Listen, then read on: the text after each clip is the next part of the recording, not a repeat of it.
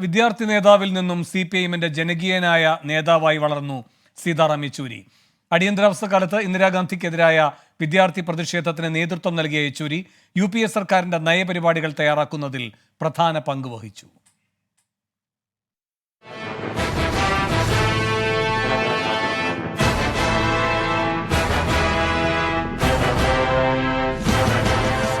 SFIയുടെ തലപ്പത്തേക്ക് കേരളത്തിൽ നിന്നോ ബംഗാളിൽ നിന്നോ അല്ലാതെ തെരഞ്ഞെടുക്കപ്പെട്ട ആദ്യ നേതാവ്. ഡൽഹി ജവഹർലാൽ നെഹ്റു സർവകലാശാലയിൽ ഇടത് തേരോട്ടത്തിന് സാരഥ്യം വഹിച്ച വിദ്യാർത്ഥി നേതാവ്.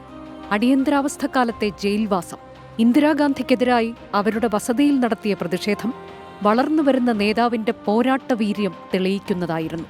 പോലീസിന്റെ കിരാതവാഴ്ചയടക്കം ചൂണ്ടിക്കാട്ടി ഇന്ദിരാഗാന്ധിയുടെ മുന്നിൽ വച്ച് കുറ്റപത്രം വായിച്ചു. തുടർന്ന് JNU വൈസ് ചാൻസലർ സ്ഥാനത്തു നിന്ന് ഗത്യന്തരമില്ലാതെ ഇന്ദിരയുടെ രാജി. SFI നേതാവായിരിക്കെ CPIM കേന്ദ്ര കമ്മിറ്റിയിലേക്ക്, പൊളിറ്റ് ബ്യൂറോയിലെത്തിയ ഏറ്റവും പ്രായം കുറഞ്ഞ നേതാവ്, പാർട്ടി ഭരണഘടനയിൽ മാറ്റം വരുത്തി രൂപീകരിച്ച കേന്ദ്ര സെക്രട്ടേറിയറ്റിൽ അംഗം. ജ്യോതി ബസുവിനെ പ്രധാനമന്ത്രിയാക്കണമെന്ന നിർദ്ദേശത്തിൽ നിർണായക തീരുമാനം പാർട്ടി കൈക്കൊണ്ടപ്പോൾ അതിലും ഭാഗഭാക്കായി യെച്ചൂരി.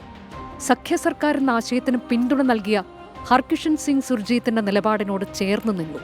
ഒന്നാം UPA സർക്കാർ കാലത്ത് നയപരിപാടികൾ തയ്യാറാക്കുന്നതിൽ മുഖ്യ പങ്ക് വഹിച്ചു. ഒടുവിൽ ആണവക്കരാറിന്റെ പേരിൽ പാർട്ടി സർക്കാരിന് പിന്തുണ പിൻവലിച്ചപ്പോൾ വർഷങ്ങൾക്ക് ശേഷം അതിൽ മറിച്ചൊരു നിലപാട് സ്വീകരിച്ചതും ചരിത്രം. പിന്തുണ പിൻവലിച്ചത് കരാറിന്റെ പേരിൽ ആകരുതായിരുന്നു, വിലക്കയറ്റം പോലുള്ള പ്രശ്നങ്ങളുടെ പേരിലാകണമായിരുന്നു എന്ന് പിന്നീട് സീതാറാം യെച്ചൂരി നിലപാട് വ്യക്തമാക്കി. എന്നാൽ അമേരിക്കയുമായുള്ള കരാറിനെതിരായ പാർട്ടി നിലപാടിൽ മാറ്റമില്ലെന്നും യെച്ചൂരി പറഞ്ഞു. രണ്ടാം UPA സർക്കാരിന്റെ കാലത്ത് പ്രതിഷേധങ്ങളുടെ മുൻനിരയിൽ നിന്നു യെച്ചൂരി.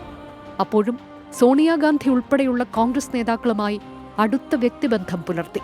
പാർലമെന്റിലെ ശക്തമായ സാന്നിധ്യം, BJPയുടേതും കോൺഗ്രസിന്റേതും അല്ലാത്ത നയങ്ങൾക്ക് ഇന്ത്യയിൽ വലിയ പ്രാധാന്യമുണ്ടെന്ന് അടയാളപ്പെടുത്തി. പാർലമെന്റ് സമ്മേളനകാലത്തെ യെച്ചൂരിയുടെ വാർത്താസമ്മേളനങ്ങൾ ഡൽഹിയിലെ മാധ്യമപ്രവർത്തകർക്ക് ഊഷ്മളമായ ഓർമ്മയാണ്. മാറിയ കാലത്ത് BJPക്കെതിരായ പോരാട്ടത്തിൽ കോൺഗ്രസുമായി കൈകോർക്കുന്നതിൽ തെറ്റില്ലെന്ന നിലപാട് സ്വീകരിച്ചു. കാർക്കശ്യമുള്ള നിലപാടുകളിൽ വ്യതിയാനം വരുത്താതെ CPIMന്റെ ജനകീയ മുഖമായി മാറിയ നേതാവാണ് വിട പറയുന്നത്. ലാൽ സലാം, കോംറേഡ്. Research desk 24.